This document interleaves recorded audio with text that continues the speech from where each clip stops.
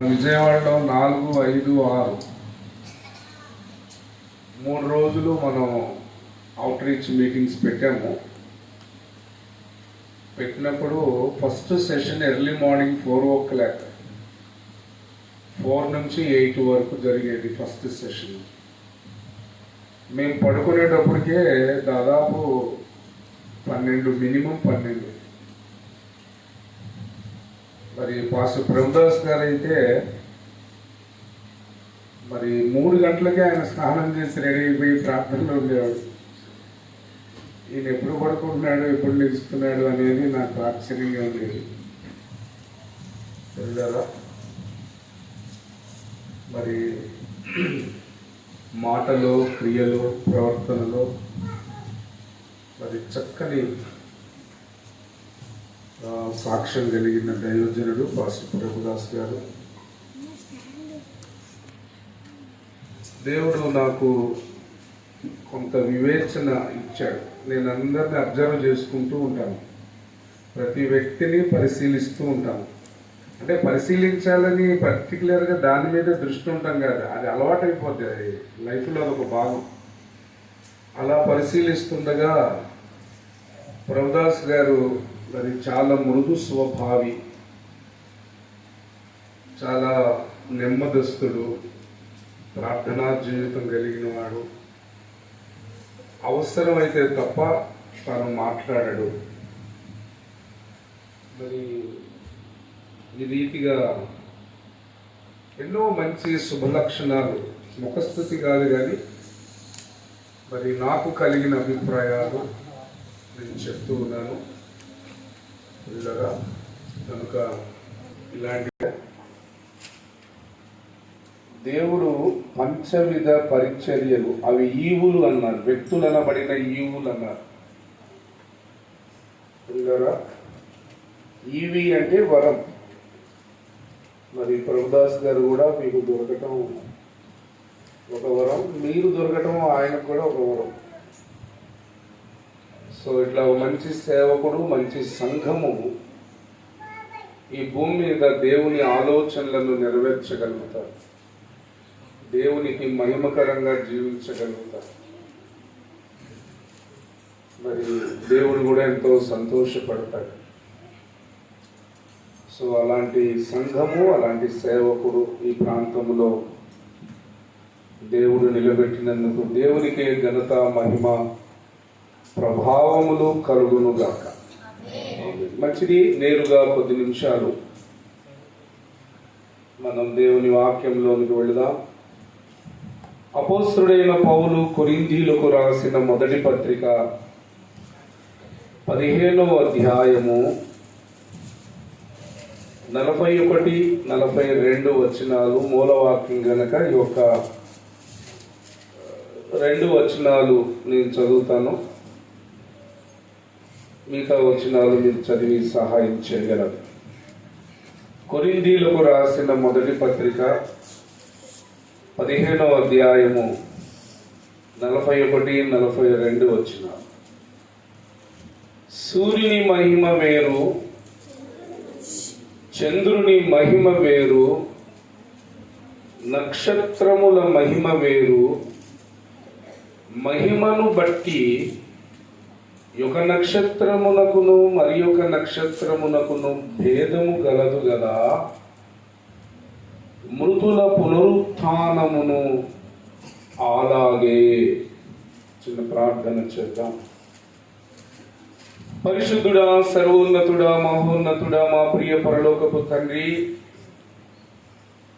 ఏ సంఘము సత్యమునకు స్తంభమును ఆధారమునై ఉన్నదో ఆ జీవము గల దేవుని సంఘము ఈ రాజేంద్ర నగర్లో మీరు ఏర్పరిచి నిలబెట్టి నడిపిస్తున్నందుకు స్తోత్రాలు ప్రభువా.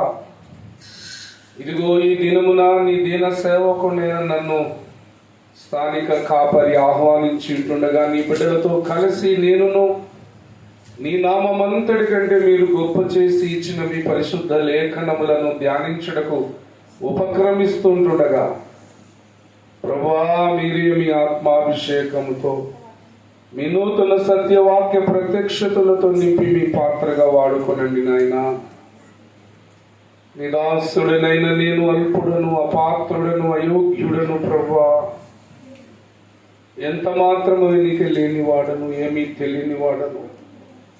ఇదిగో ఈ సంఘమునకు ఏ వాక్యాహారము కావాలో మీరే అనుగ్రహించి నడిపించి దీవించండి. ఈ వాక్య పరిచర్యకు, సంఘ క్షేమాభివృద్ధికి, మేమందరము ఆత్మీయంగా, భౌతికంగా అన్ని విషయాల్లో వర్ధిల్లుటకు నీ నామానికి మహిమ కలగనీయకుండా అడ్డుకుంటున్న సకల అంధకార దురాత్మలు, అంధకార శక్తులు, నెగిటివ్ మోగ శక్తులు, వాటి సర్వ సమూహమును మీరు ఇచ్చిన అధికారమును బట్టి తండ్రి, కుమార, పరిశుద్ధాత్మ త్రియేక నామమైన ప్రభునేసు క్రీస్తు వారి నామములో గద్దించి బంధిస్తూ ఉన్నాం. ఆమేన్. మీరే మాతో మా అందరితో మాట్లాడి నడిపించుమని అడిగిన విషయాలన్నీ మీరు ఆలకించి ఆమేన్ అని పలికినారని విశ్వసిస్తూ స్తుతిస్తూ తండ్రి, కుమార, పరిశుద్ధాత్మ త్రియేక నామమైన ప్రభువైన యేసు నామములో స్తుతిస్తూ ప్రార్థిస్తూ నాము తండ్రి.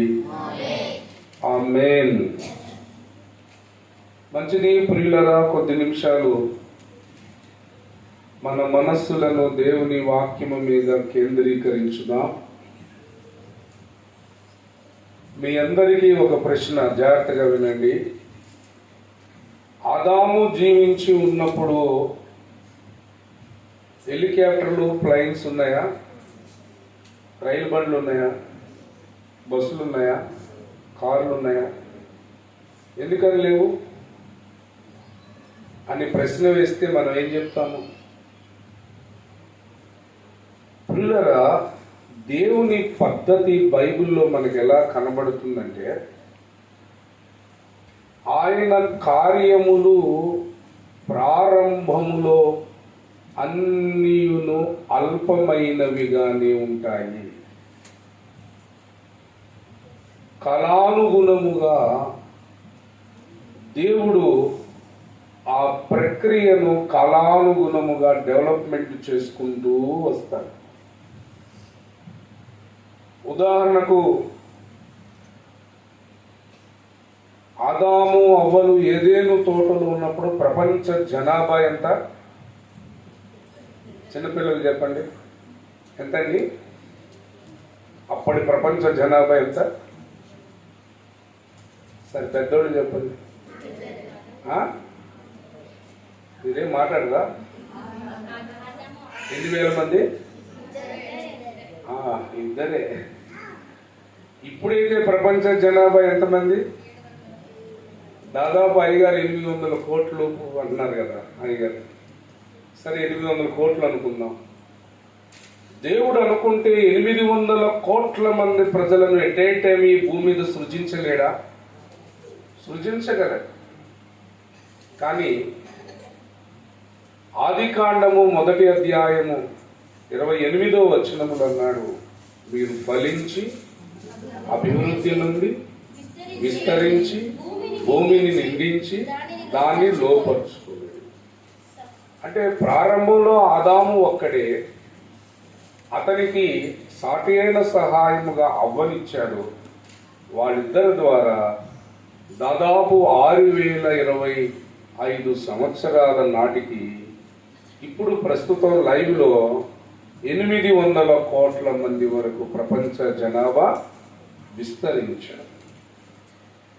అలాగే అబ్రహాము కాలంలో ఇశ్రాయేలీయుల జనాభా ఎంత?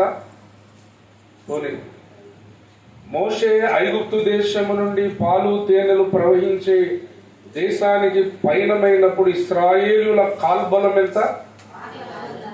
6 లక్షలు. దాదాపుగా పిల్ల జల్ల స్త్రీలు వృద్ధులు అందరినీ కలుపుకుంటే ఒక 30 లక్షల వరకు ఉండొచ్చు అనేది ఒక అంచనా. సరే, అబ్రహాము కాలంలో ఇశ్రాయేలుల జనాభా ఎంత?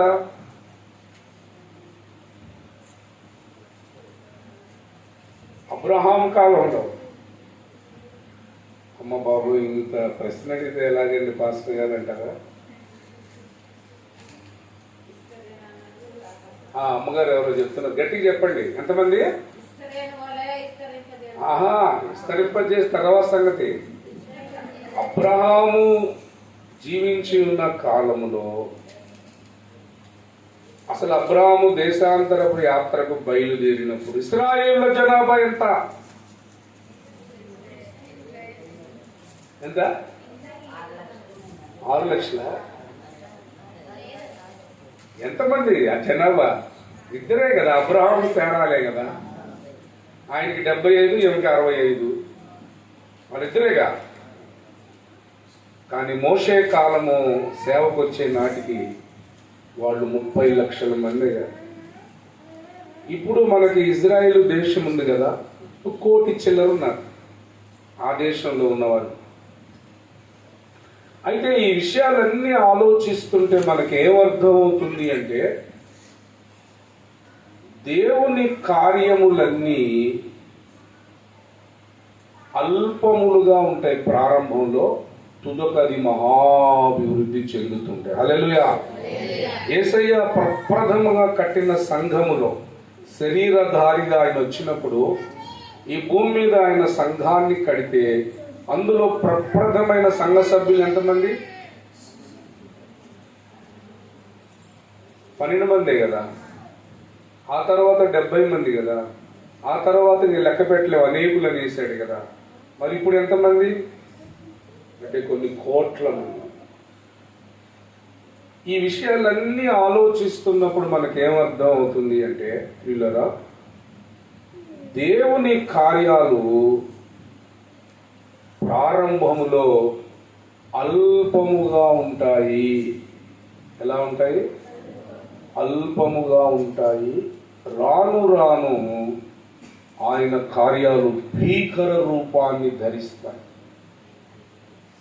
ఈ విషయాన్ని మొదటగా మనం అర్థం చేసుకోవాలి. అంటే దీన్ని బట్టి మనకి ఏమర్థం అవుతుంది అంటే, దేవుడు ఆయన ఏదైతే చెయ్యాలి అని ఆయన మనోప్రపంచంలో మ్యాక్సిమం సాచురేషన్ పిక్చర్ ఏదైతే ఉంటుందో అది స్టార్టింగ్లోనే చేయడు. అర్థమవుతుందా మీకు?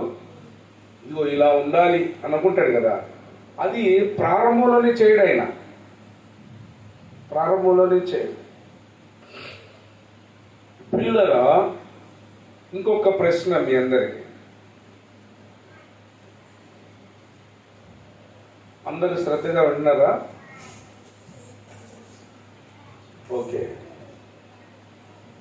అసలు సిసలు దేవుని సృష్టి దేవుడు ప్రారంభించాడా, ప్రారంభించలేదా? బ్రదర్ చెప్తున్నాడు ప్రారంభించాడు. స్త్రీలు మాట్లాడరా మీరు? అన్నిట్లో లేడీస్ ఫస్ట్ అంటారుగా, మీరేంటి అనకం? మాట్లాడండి. ప్రారంభించాడా లేదా?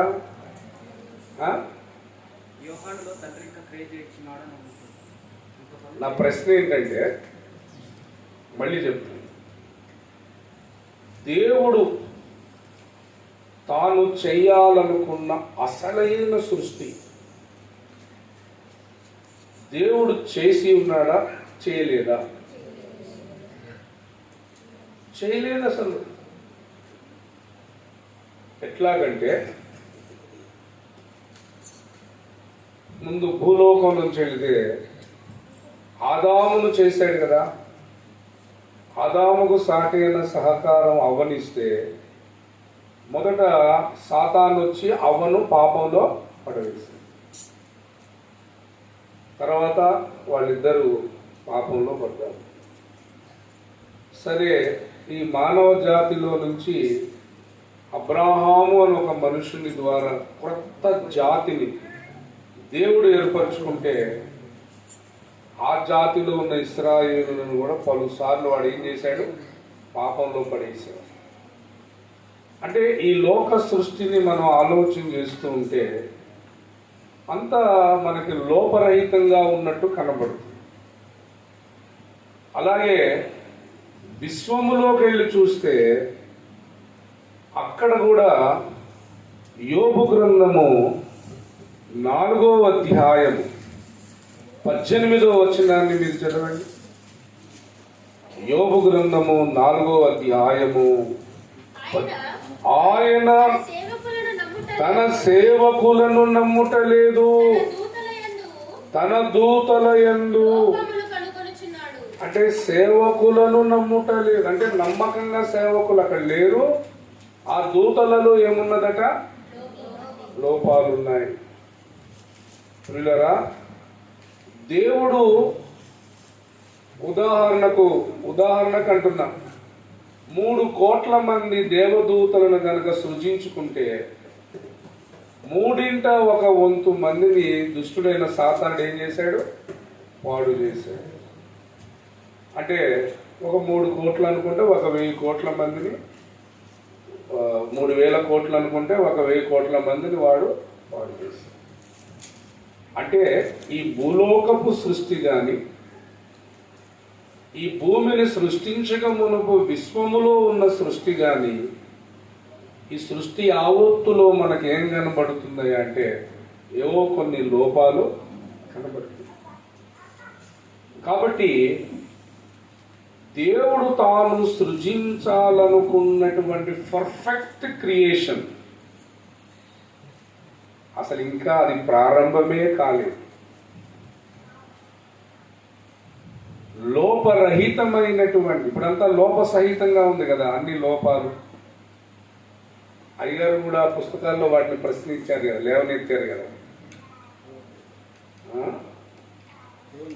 దేవుని విశ్వ ప్రణాళికలో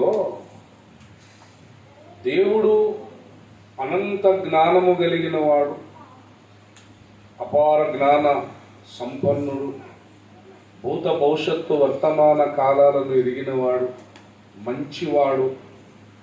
అలాంటి దేవుడు సృజించిన ఈ సృష్టిలో అన్యాయాలు ఏమిటి, అణిచివేతలు ఏమిటి, అవమానాలు ఏమిటి, పాపాలు, ఘోరాలు, నేరాలు ఏంటిది ఈ సృష్టి అని అయ్యగారే ప్రశ్న లేవనైతే దానికి సమాధానాలు ఇది అంతా చదివి ఉంటాయి.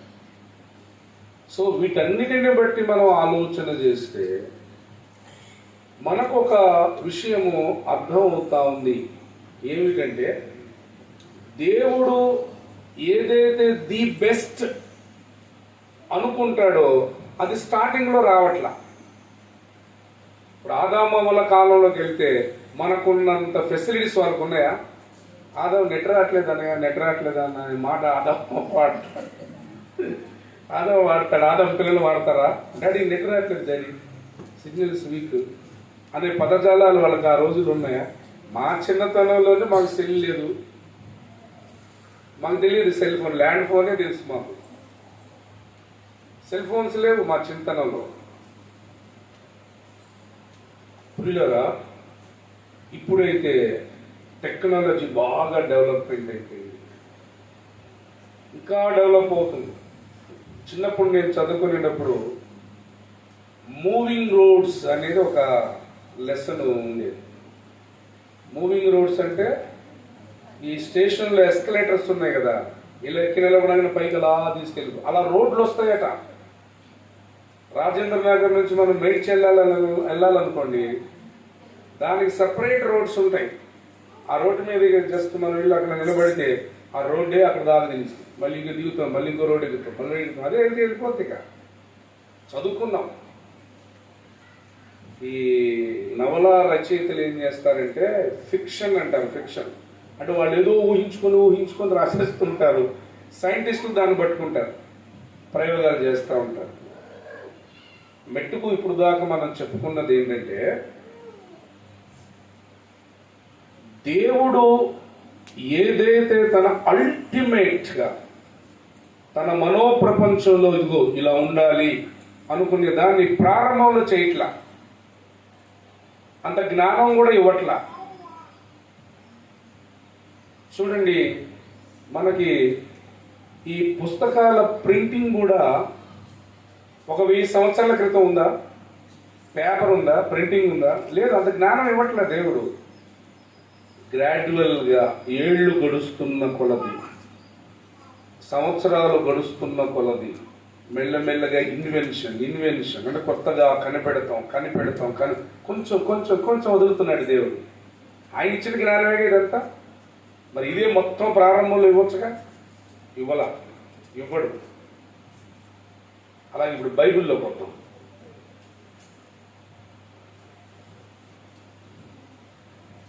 విశ్రాంతి దినాచారము అనేది మొదట ఆజ్ఞగా ఇచ్చింది ఎవరు?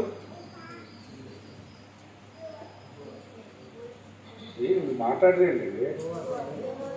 అన్నయ్య స్ట్రిక్ట్ అంటే ఇక మీరు అమ్మో అన్నయ్య చాలా స్ట్రిక్ట్ అని ఇక మీరు కూడా ఏం మాట్లాడకూడదు. నేనే స్ట్రిక్ట్ ఏం కాదు. కొంచెం డిసిప్లిన్ అంటే నాకు ఇష్టం.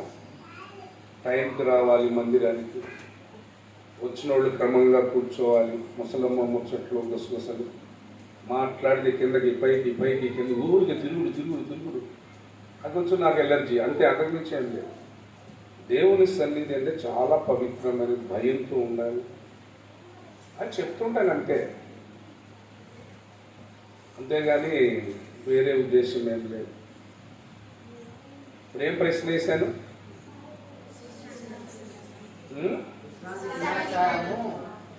విశ్రాంతి దినాచారమును ఆజ్ఞగా ఇచ్చింది ఎవరు?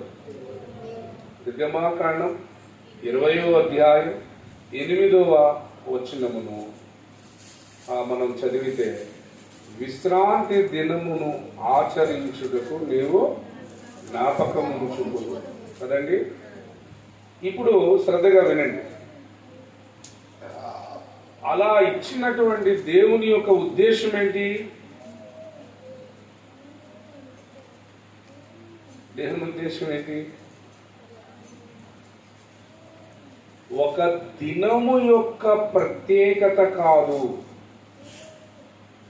శనివారం విశ్రాంతి దినం. చాలా మందికి నేను విశ్రాంతి దినం ఏ వారం అంటే ఆదివారం ఏమన్నారు? ఆదివారం విశ్రాంతి దినం అంటే ఆదివారం అని వాళ్ళకి వచ్చిన చూపించాము క్లియర్గా. అప్పుడు బుర్రకెక్కేదన్నమాట. మీరు కూడా చూడండి, విశ్రాంతి దినము అంటే ఏ వారమో మీరే చెప్పండి. 28వ అధ్యాయం మత్తయి సువార్త 1వ వచనం మీరు చదవండి.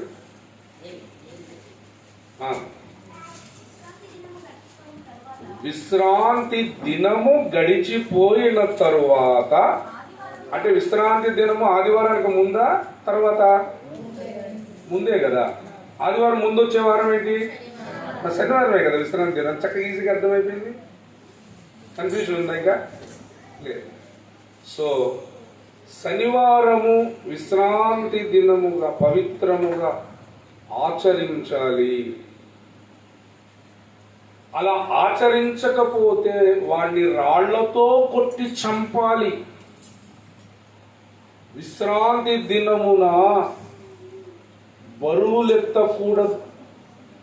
విశ్రాంతి దినమున ఏ పని, ఒకవేళ ఎవడైనా బరువులెత్తితే, ఏమండి, ఎవడైనా బరువులెత్తితే, ఎవడైనా విశ్రాంతి దినాచారాన్ని మీరితే వాడిని ఏం చేయాలి అంటే రాళ్లతో కొట్టి చంపాలి. వాడు బ్రతుకుటకు యోగ్యుడు కాడు. విశ్రాంతి దినమున ఏ బరువు ఎత్తకూడదు. విశ్రాంతి దినమున ఏ పని కూడా చెయ్యకూడదు. ఒకవేళ ఎవరైనా అలాగున చేస్తే తన ప్రజలలో నుండి వాడు కొట్టివేయబడు. చూడండి, నిర్గమాకాండము 31వ అధ్యాయము 12వ వచనం నుండి కిందకు మనం స్పీడ్గా చదివేద్దాం. చదివమ్మా స్పీడ్గా.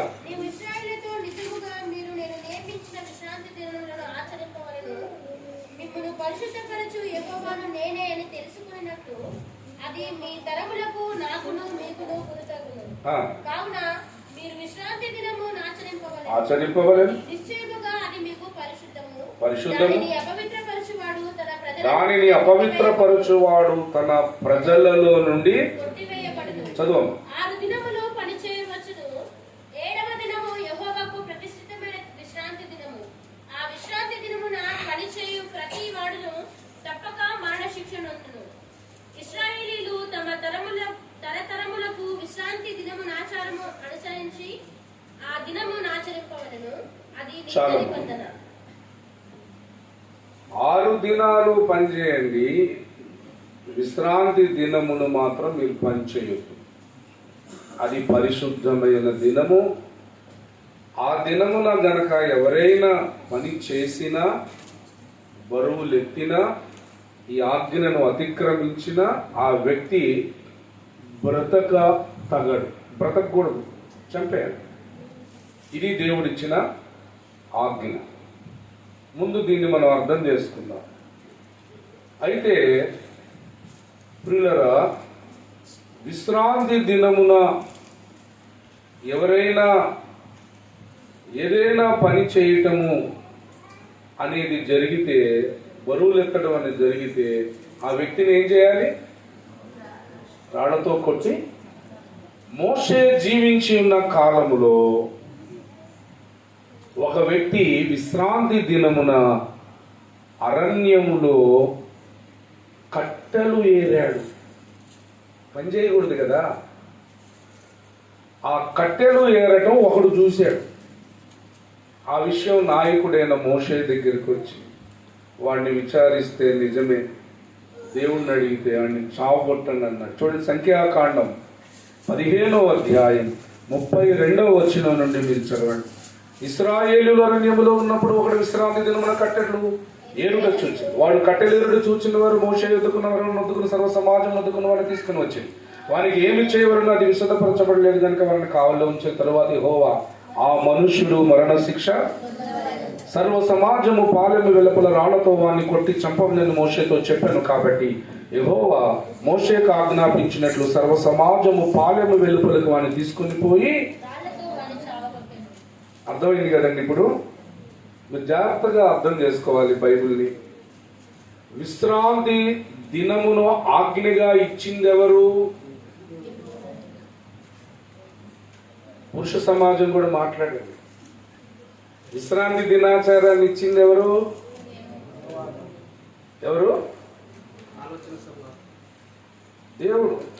దేవుడు ఇచ్చాడు కదా. అయితే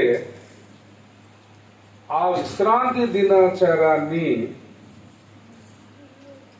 పర్ఫెక్ట్ గా ఆచరించాలి. మీరితే గనక ఆ వ్యక్తుల్ని ఏం చేయాలి? మధ్యాహ్నం భోజనం చేశారు మీరంతా? ఫాస్టింగా? మరి వాయిస్ రావట్లేదు, జలుబు చేసిందా?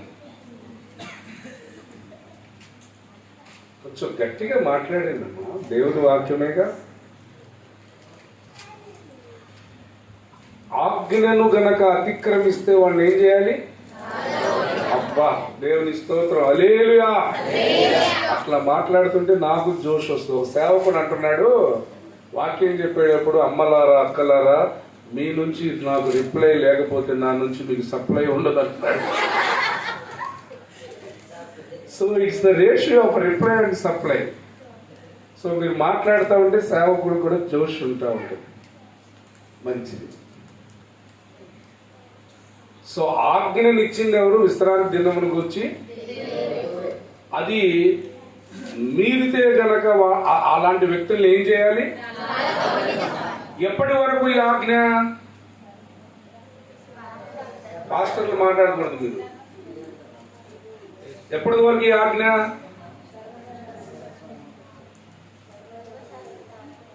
ఎప్పటి వరకు అంటే నేను చెప్తాను, లేఖనం చూపిస్తాను.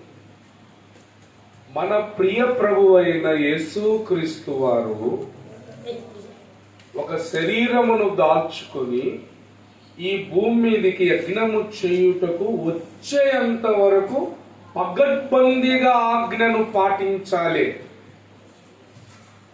ఇప్పుడు యేసయ్య వచ్చిన తర్వాత యేసు ప్రభువు వారు ఏం చేశారంటే, ఇప్పుడు అది అవసరం లేదు అన్నాడు. ఏది అవసరం లేదు?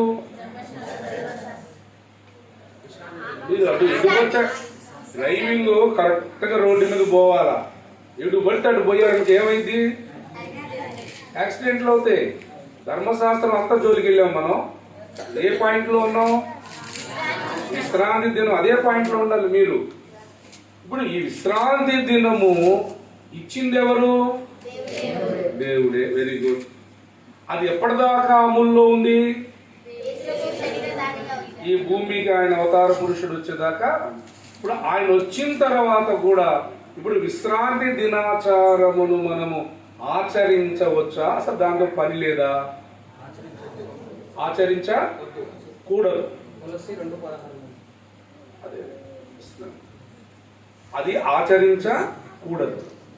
ఇప్పుడు మీ సంఘంలో కొందరు, ఉదాహరణకు అంటున్నా, వేరే అపార్థం చేసుకోండి, అయ్యగారు మీరు 100 చెప్పండి, 1000 చెప్పండి, నేను మాత్రం సెవెంత్ డే అడ్వెంటిస్ట్ని, విశ్రాంతి దినాచారం నేను అమ్మ బాబోయ్ నేను మాత్రం విశ్రాంతి దినాన్ని ఆచరిస్తానండి అని ఒక విశ్వాస అంటున్నాడు అనుకో.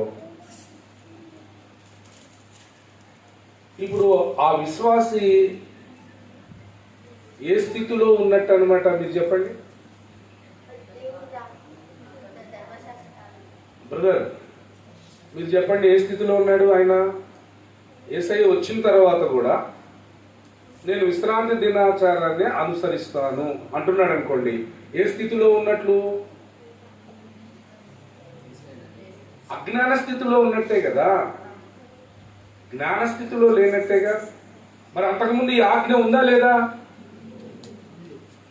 అంత డౌట్ గట్టి చెప్పండి. ఉంది కదా, అంతకుముందు ఉన్నది వాస్తవమే, అది యేసయ్య వరకు కొనసాగింది వాస్తవమే. యేసు ప్రభువారు రాగానే దాన్ని ఆయన ఏమన్నాడంటే ఛాయ అనేసాడు. ఛాయ అంటే నీడ వంటిది. ఇప్పుడు ఉదాహరణకి మీకు అర్థం అవడానికి చెప్తాను. ఒక పెళ్లి కొడుకు సంబంధం, పెళ్లి కూతురు సంబంధం జరుగుతుంది. ఆడపిల్లలు వచ్చారు, ఏమంటే అబ్బాయిని చూపించండి అన్నాడు. అబ్బాయి అమెరికాలో ఉన్నాడు సార్. అట్లాగా అది ఫోటో అయినా చూపించండి. చూసుకున్నాడు. ఒక 3 నెలల తర్వాత అబ్బాయి వచ్చాడు. ఇప్పుడు ఫోటోని చూపిస్తారా, అబ్బాయిని చూపిస్తారా? అట్లాగే యేసు ప్రభువారిని పెళ్లి కొడుకు రానంత కాలం ఆ ఫోటో లాంటి దినము విశ్రాంతి దినము, వారము, అది ప్రత్యేకత ఉంది. ఇప్పుడు యేసయ్య వచ్చేసిన తర్వాత ఇప్పుడు దాంతో ఏమైనా పని ఉందా? కొన్ని మన ఫోన్లో యాప్లు ఉంటాయి కదా, అప్డేట్ చేసుకోండి అని మన మెసేజ్లు వస్తుంటాయా? ఆ యాప్ని మనం ఏం చేయాలి? అలాగే క్రైస్తవులు, యేసయ్య శిష్యులు అనేకమైన విషయాల్లో మనం కూడా అప్డేట్ అవ్వాలి. అలా అప్డేట్ అవ్వము అని కూర్చున్న వాళ్ళే సెవెంత్ అడ్వెంటిస్టులు. ఇప్పటికీ భూలోకం మీద ఆ సంఘాలు ఉన్నాయి. అలా ఆదివారం కాకుండా శనివారమే కూర్చుంటారు, శనివారమే ఆరాధన చేస్తారు. వాళ్ళకి శనివారమే ప్రాముఖ్యం. అర్థమవుతుంది కదండి? సో నేను ఇంకా ఆ వివరాలలోనికి నేను అనేకమైన వచనాలు అవన్నీ మీకు చూపించాల్సిన అవసరం లేదు, మీకు అర్థమైపోతుంది కనుక. సరే, ఇప్పుడు మరలా మనం మొదటికి వచ్చాం. దేవుని పద్ధతి ఏంటి ఇక్కడ? సెవెంత్ డే లేదా విశ్రాంతి దినం, శనివారమును గురించి ఆయన ఏం పాఠం చెప్పాలనుకున్నాడు అంటే, మానవ సమాజానికి విశ్రాంతి, నిత్య విశ్రాంతి కావాలి. చనిపోయిన పరిశుద్ధులందరూ ఎక్కడికి వెళ్తారు ఇప్పుడు? ఎక్కడికి? పాట పాడారా మీరు? పరదేశులమో ప్రియుల పాడుంటారుగా. సో పరదేశ్ అంటే దానికి ఇంకో పేరేంటి? విశ్రాంతి లోకము. అక్కడికి వెళ్ళిన పరిశుద్ధులందరూ దేంట్లో ఉంటారు కదా. మత్తయి సువార్త 11వ అధ్యాయం 28వ వచనంలో యేసయ్య ఏ పిలిపించాడు? ప్రయాసపడి భారము మోయుచున్న వారలారా నా యొద్దకు రండి, నేను మీకు. అంటే యుగ యుగాలకు నిత్య జీవితానికి సరిపడే విశ్రాంతి అనేది అసలు విషయం ఒకటి ఉంటే, ఆ అసలు విషయం చెప్పకుండా ముందు వారములో ఉండే ఒక విశ్రాంతిని ఇంట్రడ్యూస్ చేశాడు దేవుడు. ఆయన పద్ధతి ఏంటి? ఒరిజినాలిటీ లేదా మెచ్యూరిటీ, సాచురేషన్ ఏదైతే ఉందో అది ఇమ్మీడియట్ గా ఫస్ట్ లోనే ఇవ్వట్లేదు. అర్థమవుతుందండి మీకు? ముందు వారము, ఏడు వారాలలో ఒక వారము ప్రత్యేకపరచి దాన్ని విశ్రాంతి దినం అని పేరు పెట్టి విశ్రాంతి అనే కాన్సెప్ట్ ని తీసుకొచ్చాడు. అసలు ఒరిజినల్ గా విశ్రాంతి ఎవరిలో ఉంది? యేసయ్యలో ఉంది. అది కాన్సెప్ట్ మెయిన్. యుగ యుగాలు మనకు విశ్రాంతిని ఇవ్వాలనేది మెయిన్ కాన్సెప్ట్. కానీ అది చెప్పకుండా ముందు ఒక వారాన్ని చేసి ఆ శనివారం అని పెట్టి దానికి విశ్రాంతి దినం అని పెట్టి అల్టిమేట్గా చివరికి వచ్చేటప్పటికి ఆ విశ్రాంతి ఇచ్చేవాడిని నేనే, నాలోనే 365 రోజులు విశ్రాంతి ఉంది, వారానికి ఒక్క రోజు కాదు అనే సందేశాన్ని ఆయన చెప్పాడు. కానీ ప్రారంభంలో చెప్పాడా? సో నేను ఇట్లా మీకు అనేక ఉదంతాలు ఎత్తి చెప్తున్నాను కదా. ఇప్పుడు వీటన్నిటిని బట్టి ఇప్పుడు మనం నేర్చుకోవాల్సింది ఏంటి? మీరు చెప్పండి, మీకేమర్థమైందో? చాలా ఎగ్జాంపుల్స్ చెప్పుకుంటూ వచ్చాయి కదా. లోకంలో ఉన్నవి చెప్పాను, బైబిల్లో ఉన్నది చెప్పాను. వీటన్నిటిని వినిన తరువాత తేలిన ఫలితార్థం ఏంటి? ఆ దేవుని కార్యములు ఫస్ట్ లోనే అన్ని రివీల్ చేసేయట్లేదు ఆయన.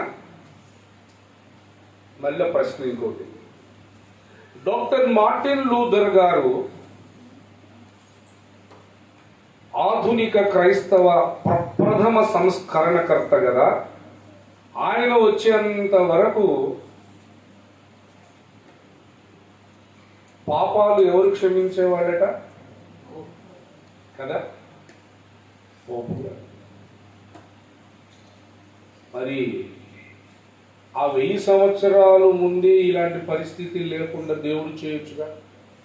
Nearly 1000 years the church is went on. ఈ పొజిషన్లో నడిచింది ఒక 1000 సంవత్సరాల పాటు. ఏ పొజిషన్లో? ఎవడైనా పాపం చేస్తే వాడొచ్చి పోపు గారి చెవిలో చెప్పాల, అవునా ఇంత పాపం చేసేవారు అని పాప పరిహార పత్రిక తీసుకొని రాసి కట్టు ఇంత డబ్బు అనగానే వాడు డబ్బు కట్టంగానే వాడి పాపం, వాడు ఫుల్ జాయ్, అమ్మ నా పాపాలు పోపు గారు డబ్బులు కట్టించు, నా పాపాలు పోయినాయి, వాడు సంతోషంగా ఎత్తుకుంటాడు. మళ్ళీ రేపు పాపం చేస్తాడు, అయ్యారు ఏంటిరా చెవులకు వచ్చి చెప్తాడు, అవునా సరిపోతుంది మళ్ళీ పాప పరిహార పత్రిక. ఇదే తంతు. అప్పుడు డాక్టర్ మార్టిన్ లూథర్ గారిని దేవుడు లేపాడు. పాపములను క్షమించే అధికారం ఒక్క నజరేయుడైన యేసుక్రీస్తుకే ఉంది, పోపు గారికి లేదు అనగానే ఆయన్ని బహిష్కరించారు. చాలా శ్రమలు ఎదుర్కొన్నాడు. ఆ తరువాత సంఘ సంస్కరణలో భాగంగా ఎందరో సంస్కరణకర్తలు వచ్చారు. జాన్ వెస్లీ గారు వచ్చారు. ఆయన వచ్చి ఏమన్నారు? పాపాలు క్షమించేది పోపు కాదు యేసే గాని, చేసిన పాపం యేసు రక్తంలో కడుక్కొని మళ్ళీ పాపం చేసి మళ్ళీ కడుగులే సైక్లింగ్ లాగా చేయకూడదు నాయన. అతిక్రమములు దాచిపెట్టుకున్న వాడు వర్ధిల్లడు, వాటిని ఒప్పుకొని విడిచిపెట్టువాడు కనికరము నందునని ఉంది కదా నాయన. మీరు పాపం చేశారు, యేసు రక్తంలో కడుక్కున్నారు, దాన్ని వదిలేయాల, మరి దాని జోలికి వెళ్ళొద్దు అంటే మళ్ళీ సంఘం చీలింది. మొదట మార్టిన్ లూథర్ దగ్గర సంఘం చీలింది, లూథరన్ చర్చ్ ఏర్పడిపోయింది. అప్పటికి ఆర్సిఎం చర్చ్ ఉందా లేదా? అది కొనసాగుతూనే ఉంది. మళ్ళా లూథరన్స్కి వెజ్లియన్ వచ్చి ఈ విధంగా చెప్పగానే మళ్ళా సంఘం చీలింది. మళ్ళా వెజ్లియన్ చర్చిలు వచ్చినాయి. వెజ్లియన్ చర్చ్ కొత్తగా ఏర్పడినప్పుడు ఆర్సిఎం లూథరన్ అలాగే కొనసాగుతున్నాయి. తర్వాత బాప్తిస్మం ఇచ్చి యోహాను వల్లే బాప్తిస్మం తీసుకోవాలి అనే బోధ సిద్ధాంతం వచ్చింది. మళ్ళీ బ్యాప్టిస్టులు వచ్చారు. పరిశుద్ధాత్మ కృపావరాలు ఉన్నాయి, అభిషేకం పొందాలి అంటే పెంటెకోస్తు చర్చి వారు వచ్చారు. ఇట్లా దేవుడు సంఘమును సంస్కరిస్తున్నప్పుడల్లా సంఘం ఏమవుతుంది? స్ప్లిట్ అవుతుంది, చీలుతుంది. ఇప్పుడు మన తరం వచ్చింది. దేవుని పద్ధతి మనకేం కనబడుతుంది? మెల్లమెల్లగా మెల్లమెల్లగా మెల్లమెల్లగా తాను అనుకున్న షేపులోకి తీసుకుని వస్తున్నాడు. అది భౌతిక జగత్తులో కానీ ఈ ఆత్మీయ ప్రపంచంలో కానీ ఆయన అనుకున్నటువంటి మొత్తం కంప్లీట్ పిక్చర్ స్టార్టింగ్లో ఇస్తున్నాడా, చివరి చూపిస్తున్నాడా? చివరికే. ఇప్పుడు మీ అందరికి ఒక ప్రశ్న, జాగ్రత్తగా వినండి. దేవుడు మీకు ఒక అద్భుతమైన వరాన్ని ఇచ్చాడు. ఏ వరం అంటే, ఉదాహరణకి ఇది జస్ట్ ఇల్యూషన్, ఒక ఊహా చిత్రం. ఇది ఎన్ని ఊహలైనా ఊహించుకోవచ్చు కదా. ఒక ఊహ ఏమిటంటే, మీరు 500 సంవత్సరాల క్రితం, దాదాపు 600 సంవత్సరాల క్రితం, లేదా డాక్టర్ మార్టిన్ లూథర్ గారు ఉన్న దినములలో మీరున్నారు. అప్పటి నుంచి ఇప్పుడు దాకా బతికే ఉన్నారు. ఇది ఒక ఊహా చిత్రం. మీరే మార్టిన్ లూథర్ గారి కాలంలో, వెజ్లియన్ గారి కాలంలో, అప్పటి నుంచి ఇప్పుడు దాకా మీరు ఉంటూనే ఉన్నారు అనుకోండి. ఉంటే డాక్టర్ మార్టిన్ లూథర్ గారు తీసుకొచ్చిన సంస్కరణకు మీరు ఒప్పుకుంటారా? ఆ ఆశయంలోనే ఉంటారా? ఒప్పుకుంటాం అనుకునే వాళ్ళు చేతులు ఎత్తండి. కోట్ల చెవులని చెప్తారు మీరంతా. చేయి గట్టిగా ఎత్తండి. ఈ ఫస్ట్ బ్రదర్ ఎత్తలేదు, ఎత్తావా? కనపట్లేదు నాకు. బ్రహ్మడ్డు వచ్చింది. గట్టిగా ఎత్తండి పైకి. హల్లెలూయా. చాలా ధన్యులు మీరు. సరే, ఇప్పుడు వెజ్లియన్ కాలంలోకి మీరు వచ్చారు. అయా, పాపాలు క్షమించేది పోపు కాదు, యేసు రక్తమే. కానీ పాపం చేసి ఒప్పుకొని కడుక్కొని, మళ్ళీ పాపం చేసి మళ్ళీ కడుక్కొని, మళ్ళీ చేసి కడుక్కొని, ఈ సైక్లింగ్ మంచిది కాదయా. పాపం చేశావు, దాన్ని ఒప్పుకున్నావు, కడుక్కున్నావు, దాన్ని వదిలేయాలి అని వెజ్లియన్ గారికి చెబితే, మళ్ళీ ఈ సంస్కరణ కూడా ఇది కరెక్టే కదా, వాక్యానుసారమే కదా అని ఈ సంస్కరణలోకి మీరు వస్తారా? ఆ కాలంలో ఉండుంటే వస్తారా? వస్తామని చేతులు ఎత్తండి. వస్తామనుకున్నవాడు ఇదే నేను ఎక్సర్సైజ్ లాగా ఉందనుకున్నారా? దించండి చాలు. వీళ్ళరా, దేవుడు ఆయా కాలాలలో మన సంఘమును ఏం చేస్తున్నాడు అంటే సంస్కరించుకుంటూ వస్తున్నాడు. ఈ మజిలీ వరకు తీసుకొచ్చాడు. ఈ మజిలీకి వచ్చిన మనము ఇప్పుడు ఎక్కడికి వచ్చామయ్యా అంటే, దేవుడు ఫైనల్ షేప్ ఏదైతే ఆదామును నిర్మించక మునుపు తన మనోప్రపంచములు అనుకున్నాడో ఆ షేప్ వచ్చే తరములో ఇప్పుడు మనం ఉన్నాం. దేవుని స్తోత్రం. ఆ షేపు మార్టిన్ లూథర్ ఉన్న కాలంలో లేదు సంఘానికి. ఆ షేపు అబ్రహాము కాలంలో ఉన్నప్పుడు లేదు. ఆ షేపు పౌలు ఉన్న కాలంలో ఉంది. ఆ తర్వాత కొంత చెడిపోయింది. తర్వాత వెజ్లియన్ ఉన్న కాలంలో లేదు. కానీ ఇప్పుడు మనం ఉన్నటువంటి తరములో ఎటువంటి షేపు అంటే, దేవుడు తన మనోప్రపంచములో సంఘము ఎలా ఉండాలి అనుకుంటున్నాడో ఆ కంప్లీట్ షేపులోనికి దేవుడు తీసుకువచ్చేంత కాలములోనికి మనం వచ్చేసాం. దేవుని స్తోత్రం. హల్లెలూయా. ఇప్పుడు దాంట్లోనికి మనం వచ్చినటువంటి మనము, ప్రియులారా జాగ్రత్తగా వినండి. ఇంక నేను ఇంకా 1-2 విషయాలు చెప్పి నేను ముగించేస్తాను. అయిపోయింది టైం, నా టైం అయిపోవచ్చు. ఇప్పుడు మార్టిన్ లూథర్ కాలంలో ఉంటే ఆయన సంస్కరణ మీరు ఒప్పుకున్నారుగా. వెజ్లియన్ కాలంలో ఉంటే ఆయన సంస్కరణ మీరు అంగీకరించారుగా. సరే, ఇప్పటి కాలములో దేవుడిచ్చినటువంటి ప్రత్యక్షత, అంటే ప్రత్యక్షతలు అనుకుందాం. సంస్కరణ ఎప్పుడు జరుగుతుందంటే ప్రత్యక్షత కలిగినప్పుడే. ఇప్పుడున్నటువంటి ప్రత్యక్షత ఏమిటంటే అదొక్కటి చెప్పి నేను ముగిస్తాను. ఇది లాస్ట్ పాయింట్, వినండి. రేపు మహిమ శరీరాలను దాల్చుకొని మహిమ ప్రపంచములో మనము యుగయుగాలు జీవించే ఆ లోకములో పరిశుద్ధులందరూ కూడా ఒకే స్థాయిలో ఉంటారా? ఇప్పుడు ఉద్యోగ వ్యవస్థ తీసుకున్నాం అనుకోండి. రాష్ట్ర ప్రభుత్వంలో ముందు స్టార్టింగ్ ఒక బంట్రోత్ ఉంటాడు, అతని పైన చిన్న క్లర్క్ ఉంటాడు, సీనియర్ క్లర్క్ ఉంటాడు, ఇంకేదా సూపరింటెండెంట్, అట్లా మేనేజర్, అట్లా చీఫ్ సెక్రటరీ వరకు ర్యాంకింగ్స్ ఉంటాయి. రేపు మనము మహిమ ప్రపంచంలోకి వెళ్తే మనందరి మహిమ స్థాయి ఒకలాగానే ఉంటుందా? Very good, very good. మీరైతే ఎటువంటి స్థాయి కావాలని కోరుకుంటున్నారు? నీ పేరేంటి?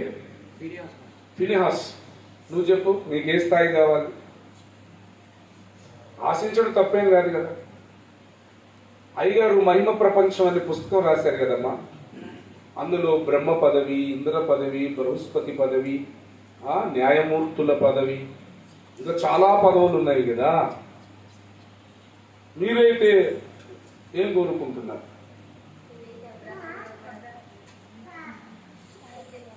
ఒక ఆయన ఇల్లు అడిగితే ఒక చోట అమ్మ తోడు సార్ నేను పరలోకం రావు సార్ అన్నాడు. అరే పరలోకం వస్తావా? పరలోకం వెళ్ళటమే మన గురి కాదు కదా. పరలోకం వెళ్ళటమే మన గురియా?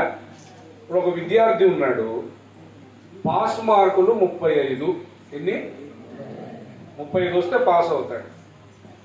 ఇప్పుడు వీడు పాస్ మార్కుల కోసమే ప్రిపేర్ అయ్యాడు అనుకోండి, 35 మార్కులకే ప్రిపేర్ అయ్యాడు, 100 మార్కులకి ప్రిపేర్ అవ్వలేదు. ఏమయ్యే ఛాన్స్ ఉంది? ఫెయిల్ అయ్యే ఛాన్స్ ఉంది. వీడు ప్రిపేర్ అయ్యింది 35కే. అలా కాకుండా వీడు 100 మార్కులకు ప్రిపేర్ అయిపోయాడు అనుకోండి, ఖచ్చితంగా వీడు పాస్ అవుతాడు. పాస్ అవటమే కాదు, ఫస్ట్ క్లాసు, ఆ పైన డిస్టింక్షన్ కూడా.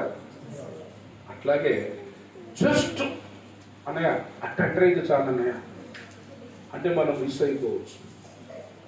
అలా కాకుండా పరలోకములో అత్యున్నతమైన స్థానాలు ఏవైతే ఉన్నాయో అది నా టార్గెట్ అని అక్కడ దృష్టి పెట్టి, వాటి మీద దృష్టి పెట్టి దైవభక్తి సాధన, దేవుని సేవ చేస్తున్నాడు అనుకోండి, గ్యారెంటీగా పరలోకంలో ఉంటాడు. ఉండటమే కాదు, అక్కడ ఉన్నతమైన స్థాయి స్థితిని. వెరీ గుడ్, అంతే కదా. మీరైతే పరలోకంకి వెళ్ళాలనుకుంటున్నారా? లేదు పరలోకం వెళ్ళటమే కాదయ్య గారు, అక్కడ ఉన్నటువంటి ఉన్నతమైన స్థితికి వెళ్ళాలనుకుంటున్నాం అని అంటారా? ఏది కావాలి వినయహాసు? నీకైతే ఏది కావాలి? ఇంద్ర పదవి కావాలంట. చాలా సంతోషం. అమ్మా మీకేం కావాలి? మీకేమొద్దా?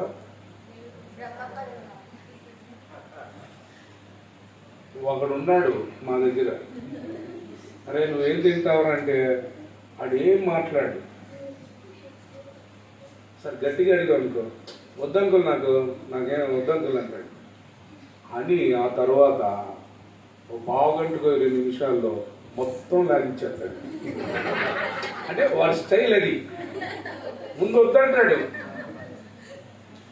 ఆత్మీయ తండ్రికి తెలుసు కదా, వీడు వద్దంటే మస్తు కావాలన్నమాట. సరే ఇప్పుడు మీరు చెప్పండి, మీకు జస్ట్ పరలోకం వెంటనే కావాలా? అక్కడ ఉన్నతమైన స్థాయి స్థితులు కావాలా? దేవుని స్తోత్రం చేద్దాం. హల్లెలూయా హల్లెలూయా. ఊరికే వచ్చాక అప్పలంగా ఊరికినే వచ్చేస్తాయా? మరి ఎలా వస్తాయి? అసలు ముందు అక్కడ ఏముంటాయో చెప్తాను నేను. పరలోకములో వ్యవసాయం ఉంటుంది, పరలోకములో వ్యాపారం ఉంటుంది. చూపిస్తాను నేను, బైబిల్ అన్ని చూపిస్తాను. పరలోకములో ఆస్తి పరులు ఉంటారు, బీదలు ఉంటారు. అందరూ మహిమలోనే ఉంటారు, అందరూ మహిమే. కానీ ఈ మహిమలో అంతస్తులు ఉంటాయి. ట్రావెలింగ్లో మనం విశ్వములో అనేక లోకాలకు వెళ్తాం కదా, ఆ ట్రావెలింగ్లో తేడాలు ఉంటాయి. ఇప్పుడు ఫ్లైట్లో వెళ్ళేవాడు, సైకిల్ మీద వెళ్ళేవాడు ఒకే టైంకి వెళ్తారా? ప్రయాణంలో చాలా తేడా ఉంటుంది టైంలో. రేపు కొందరు తలుచుకోగానే నేను పలానా లోకంకి వెళ్ళాలంటే సెకండ్స్లో వెళ్ళిపోతారట. కొంతమంది వెహికల్ తీసుకొని డ్రైవ్ చేసి ఆగ్రహంకి వెళ్ళి అప్పుడు వస్తారట. ఏంటి తేడా అంటే మహిమ అంతస్తులో తేడా. ఇది ఎలాగొచ్చింది? అదే చూస్తున్నాను ఇప్పుడు. ఆ ఒక్క పాయింట్ చెప్పి నేను ముగిస్తాను. ప్రియులారా, పరలోకంలో ఏముంటాయి? వ్యవసాయం ఉంటుందని చెప్పాను కదా. మీరు చూడండి, బైబిల్ గ్రంథంలో కీర్తనల గ్రంథము మొట్టమొదటిగా కీర్తనల గ్రంథములోనికి మనం వస్తే ఇక్కడ 78వ కీర్తన 24వ వచనము నుండి మీరు చదువు. ఆహారమునకై దేనికై? ఆహారమునకై ఆహారమునకై ఆయన వారి మీద మన్నాను కురిపించెను. ఆకాశ ధాన్యము వారికి అనుగ్రహించెను. ఏమండి, ఆకాశ ధాన్యము అంటే ఏంటి? భూధాన్యం అంటే భూమి మీద పండేది. మరి ఆకాశ ధాన్యం అంటే ఆకాశం, భూమి. ఆకాశములు కూడా పంటలు ఉన్నవి, వ్యవసాయం ఉన్నది, అక్కడ కూడా దేవదూతలకు ఆహారం ఉన్నది. దాన్ని మన్నా అంటారు. అది ఇశ్రాయేలు తిన్నారు. అది దేవుడు ఆ కాలములో వారికి ఇచ్చాడు. ఎందుకంటే అరణ్యములో వాళ్ళు వ్యవసాయం చేసే అవకాశం లేదు, పంటలు పండించుకునే అవకాశం లేదు. అందుకని దేవుడు వాళ్ళ ఆహారానికి, వాళ్ళకి ఎక్కడిది ఆహారం? వాళ్ళకి వ్యవసాయం ఉంది, వాళ్ళు పంటలు పండిస్తారు. అంటే మనూరులో భూస్వాములు ఉన్నట్లు రేపు పరలోకములో భూస్వాములు ఉంటారు. ఎస్. ఎలాగంటే ఒకసారి పేతుడు అడిగాడు, అయ్యా ఏదో మేము చేపలు పట్టుకుంటే రోజు కొన్ని డబ్బులు వచ్చే చక్కగా బతికేవాళ్ళం, ఇప్పుడు ఆ వలలు చేపలు అన్నీ విడిచిపెట్టి బోధకుడా నిన్ను వెంబడిస్తున్నాం, మాకేంటి అని అడిగాడు. చూడండి, మార్కు సువార్త 10వ అధ్యాయము 28వ వచనం నుంచి చదువు. పేతురు, చదువు స్పీడ్గా, టైం లేదు. ఇదిగో మేము సమస్తమును విడిచిపెట్టి నిన్ను వెంబడించుదుమని ఆయనతో చెప్పసాగెను. అందుకు యేసు ఇట్లనెను, నా నిమిత్తము సువార్త నిమిత్తమును ఇంటినైనను అన్నదమ్ములనైనను అక్కచెల్లెలనైనను తల్లిదండ్రులైనను పిల్లలనైనను భూములనైనను విడిచినవాడు ఇప్పుడు ఇహమందు హింసలతో పాటు నూరంతలుగా ఇండ్లను అన్నదమ్ములను అక్కచెల్లెలను తల్లులను పిల్లలను భూములను రాబో లోకమందు నిత్య జీవమును పొందునని మీతో నిశ్చయముగా చెప్పుచున్నాను. ఆయన అడిగిన ప్రశ్న ఏంటి? మేము సమస్తమును విడిచిపెట్టి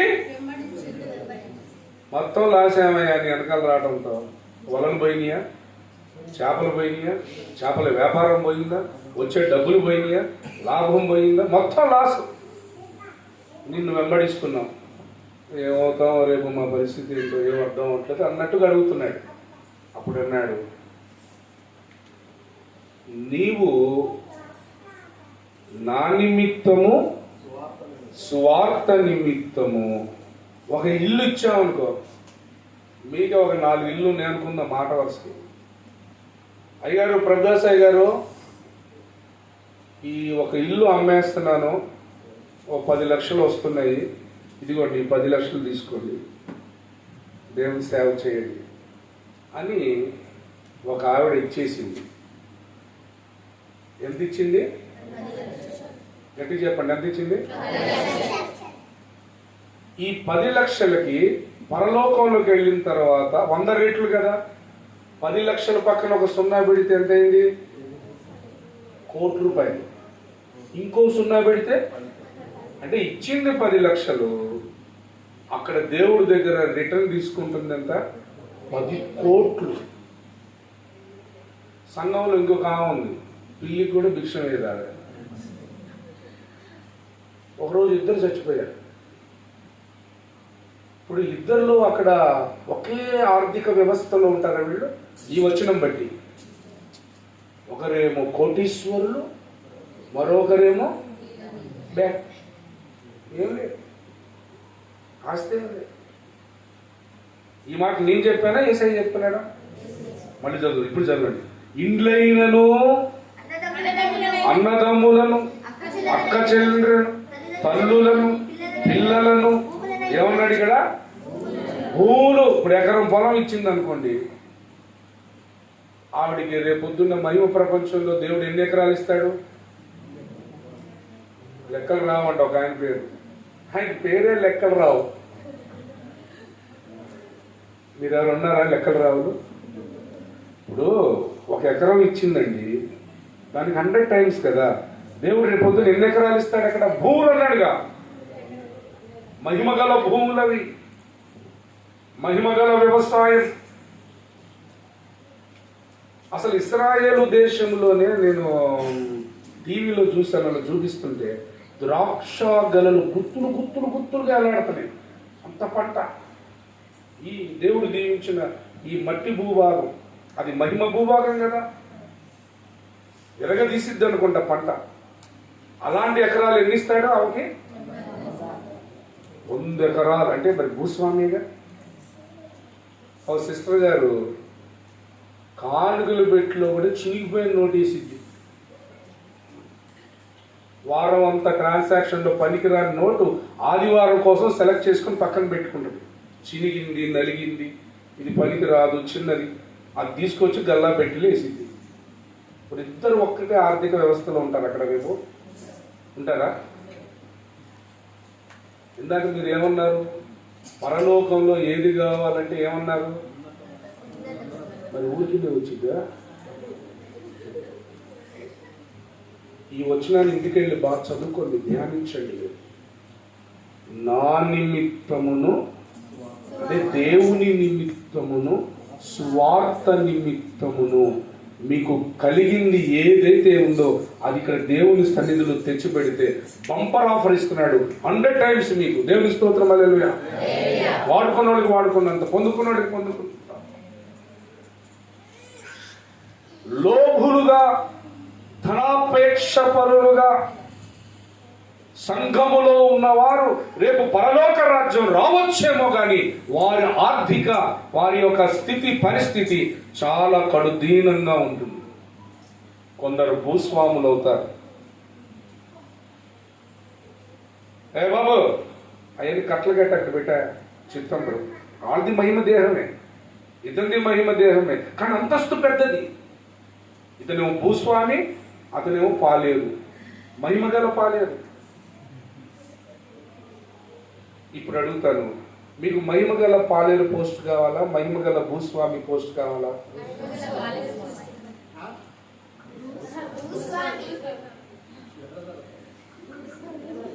సరే, మళ్ళీ కన్ఫ్యూజ్ అవ్వకండి. పాలేరు అంటే పనోడు. మన తెలంగాణలో అదే వాడతారా?